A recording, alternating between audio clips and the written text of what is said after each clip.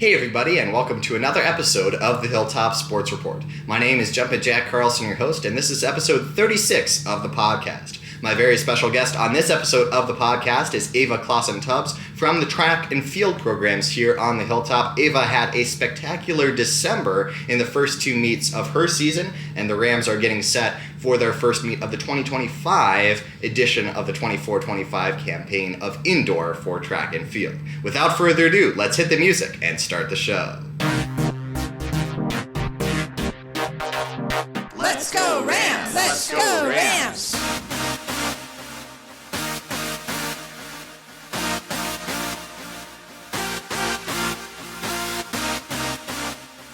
As I mentioned in my intro, Ava Claussen-Tubbs is my very special guest on this episode of the podcast. First of all, Ava, thank you so much for taking the time today. Yeah, absolutely. I'm so glad to be here. All right, so getting set for this Saturday. Last Saturday, we had a wrestling meet here in Mount Vernon, which was rather chaotic. And then a week later, we've got track and field, a very exciting meet going on Saturday. So talk about the team's expectation for this upcoming competition and for you personally, what you're looking to do this upcoming weekend. Yeah, absolutely. So I think our team is really just going to kind of use this meet as an early indicator of how the season's going to go. So hopefully we're going to put up some really good starting times, especially for the kids that are part of the cross-country program, our distance runners. A lot of them haven't ran a track meet yet. That early December meet, a lot of the distance kids take that meet off. So it'll be really exciting to see how all of those athletes do. And then as far as our sprinters go, they did compete in December, so just kind of looking to improve times from there and just get a really great kind of first mark of the season, so we have, nowhere to go but up. And then for me personally, I'm really excited about this weekend. I'll be running the 800, which is kind of my favorite event. And there's two girls in particular that I think are going to give me some really great competition. Somebody to run with, someone to push me, so that's really awesome. And I think it's just about kind of seeing what I can do. It's early, so yeah, high expectations for sure. Well, that's fantastic. Can't wait to see you and the Rams compete this weekend. So take us back to December, 1 month ago, where first two meets of the season probably couldn't have gone much better for your expectations. Describe what those meets were for you and exactly the exhilaration you must have felt at setting some school records. Yeah, absolutely. So the first meet, it was one weekend, but two meets in the same weekend. That Friday night was our early bird meet that we host here at Cornell. I ran the 1,000 meters, and yes, set a school record, which is awesome. Brand new event for me. I had never tried it before. I'd gotten to time trial it a couple weeks prior in practice and felt pretty good.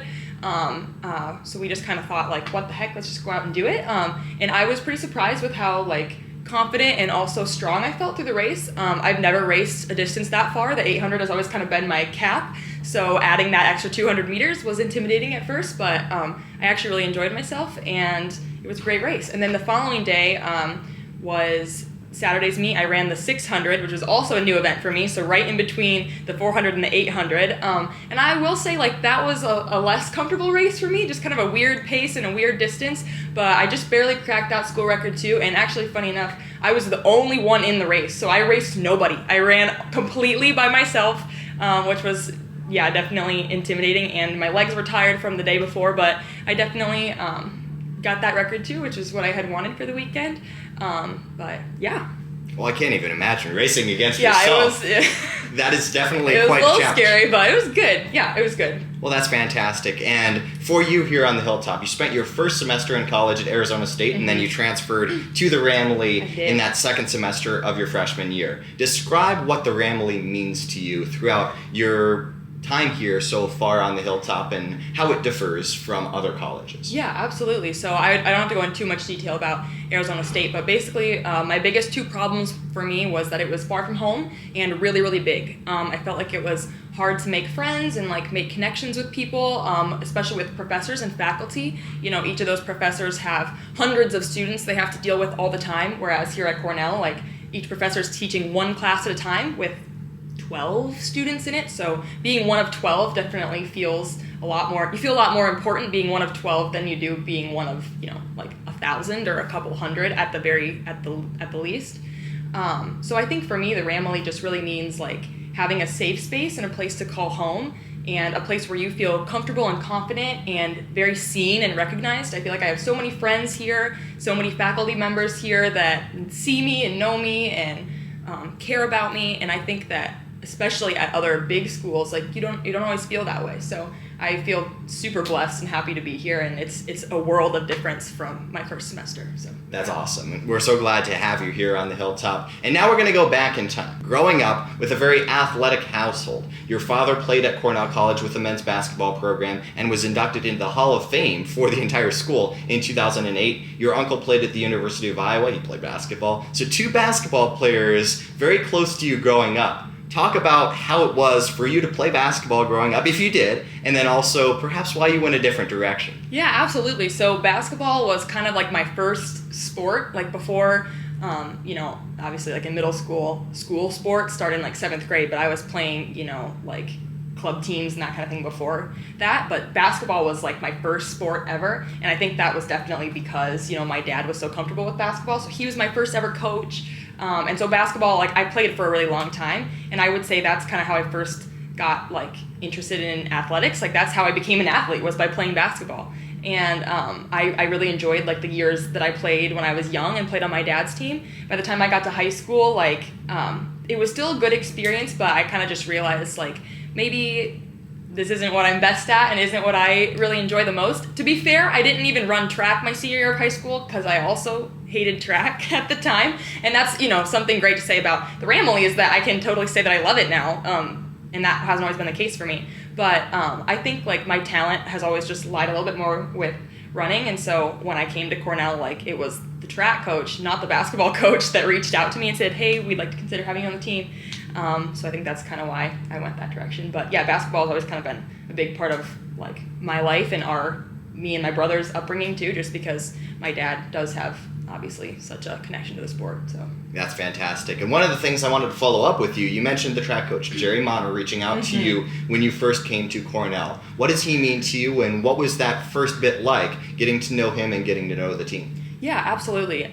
So yes, he reached out to me. I got a phone call when I was in Arizona still, and he basically mentioned to me that he had checked out my high school times and liked them, and was at the time still trying to convince me even to come to Cornell at all. But he really kind of wanted it to be known to me that should I choose Cornell, I have a place on the team, I have a group of people that want me there, that he thinks I'd really contribute to the team. And especially with the way I was feeling in Arizona, like I wasn't really contributing to anything. Nobody knew me. That was definitely a really big like drawing factor to Cornell, just knowing that somebody wanted me there that badly. But it wasn't just Coach Monner. Also, Coach Frawley and Coach Haley, Coach Sanchez, all of them, since I've gotten here, have been really instrumental in helping me develop my love for the sport and helping me to become a better athlete. So I think, yeah, we have a great coaching staff. 100%. And your results so far here on the Hilltop have been a great example of that coaching staff being a great staff. So talk about your athletic achievements here on the Hilltop. Small sample size so far, but you've really kind of blown it out of the water with expectations and things like that. So describe what it's like to succeed on this level. Yeah, absolutely. I think being a successful athlete is obviously really rewarding. I feel really blessed to be in the position that I'm in, and I definitely couldn't do it without my coaches and especially my teammates. They have absolutely carried me to where I am today. I can't stress enough that, going from a place in high school where I really didn't enjoy running, I really didn't enjoy track, to the place I'm at now, it's not because I'm successful now or because I run fast. It's because I have a great team that I love and that loves me and cares for me. That's really what has, I think, propelled me to the level that I'm at and has helped me to enjoy the sport as much as I do. So I think I have to, give a ton of credit to everybody that's helped me along the way. But I think, being a successful athlete also comes with some responsibility, because I do feel like a role model, especially for, the younger members of our team, freshmen, and also when we have recruits come in too. Like a lot of times the coaches will ask me to, chat with recruits, we'll have lunches with recruits, and I feel like, it's my responsibility to be a really great role model and a good advocate for our program and for our school. So I think, obviously it's fun to be successful, but there's a good chunk of responsibility that comes with it too. So. Gotta love that, and you represent the school in all the right ways. So now talking about some of your teammates. Haley Carolyn, 3-time All-American, And no, do not adjust your YouTube or whatever device you're listening on. That is 3-time All-American Haley Carolyn. Describe what she means to you on and off the track. Yeah, absolutely. So Haley was one of my first very fast friends here when I got to Cornell. She's my roommate now. She has been. She was my roommate last year, and she is this year too. Definitely one of my best friends in the entire world. We've talked a lot about how we kind of think Cornell and the team threw us together, and we're so thankful for that. So I think she just has been like a really great teammate for me. She's always one of the first people to see me at the finish line when I get done with the race. And it's great like living with your teammate because it's, you know, we can encourage each other all the time. And obviously on the track, like she's one of my biggest inspirations, absolutely. She is without a doubt more talented than I am, and I am inspired and motivated by her every single day. She has one of the hardest work ethics I've ever seen, and is just a great role model on the track. You know, even for me as one of her friends, like I look up to her definitely. And I think like anybody on the program or outside the track program should be inspired by the level of success she's had at the college level, because like you said, 3-time All-American, numerous conference championships. I can't even list all the great things, school records. So yeah, it's definitely inspiring to see somebody be at that kind of a level, especially, you know, here at a smaller, lesser known D3 school in Iowa. Like she's breaking boundaries for sure. So that's just wonderful to follow here on the Hilltop, and wonderful that the Rams have this type of success going on here under Coach Monner. On the men's side, obviously Isaac Van Westrenen in cross country doing amazing things, but also on the track. Describe what his impact has been over the last couple of years. Yeah, absolutely. So I think he's probably had a little bit more of an impact on the men's team just because they're all like closer to him. But I think it's just been inspiring for all of us to see somebody succeed like that, you know, go to nationals in both cross and track, run, you know, like times, paces, and workouts that like we haven't been able to yet. Just to see somebody succeed at that kind of level has just been inspiring and kind of makes everybody think like, okay, if he can do it, we can do it. And I think he's just kind of pulling all of us up with him, and we're pushing him up as well, you know, so I think it's just kind of a mutual support type of thing. But yeah, it's awesome to see somebody succeed at that level, and I think we have multiple guys on our team that are starting to get right up there with him, so for sure. That's awesome. And one more thing that I want to talk about team-wise is that camaraderie that both teams have. I mean, the men's and the women's, but it also carries over between the two. Describe how important that is, and this kind of goes back to what we talked about earlier with the Ramley, but how important that is, not only as far as athletic success, but just as a type of belonging on the team, and how important that has been here on the Hilltop. Yeah, absolutely. So I think one thing that's unique with the track team is that you get like tons of different types of people that are part of the team, because, you know, you have the distance runners, you have the sprinters, you have the throwers, jumpers, like all of those people combined makes a team of like 70 people when you combine women's and men's.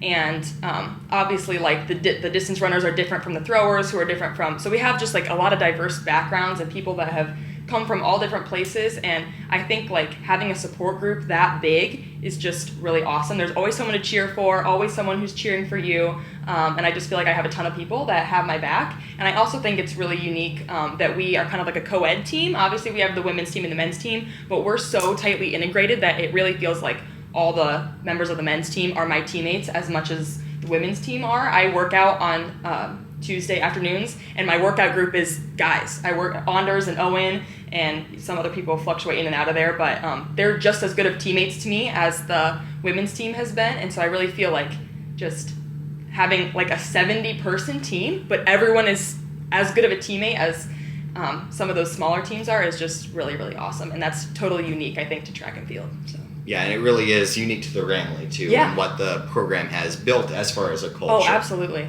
Yeah. So one more thing that I want to talk with you about before we go away on this episode is your major and future plans. So talking first about your major. Some of you might not know this, but here on the Hilltop, we offer a chance to build your own major, combining different disciplines between, you know, kinesiology and English, and basically whatever your interest is. If you get some faculty members together, you can get it approved and things like that. So describe to our audience what your major is and what you hope to do with it going forward. So I am a double major here on the Hilltop. I am majoring in applied statistics, which is not an individualized major. That's just one that our college normally offers. But I'm also building an individualized major, like Jack said, which is marketing. So I'm combining statistics classes, business classes, English classes, classes from a whole bunch of different disciplines to kind of put together a marketing major. So there's lots of things that have gone into that. I've taken data visualization, graphic design, multimedia writing. Yeah, there's a whole bunch of components, but it's been really great to get some faculty together and have them all support me and just have some flexibility with what I'm studying and make sure it really kind of fits the niche that I want it to.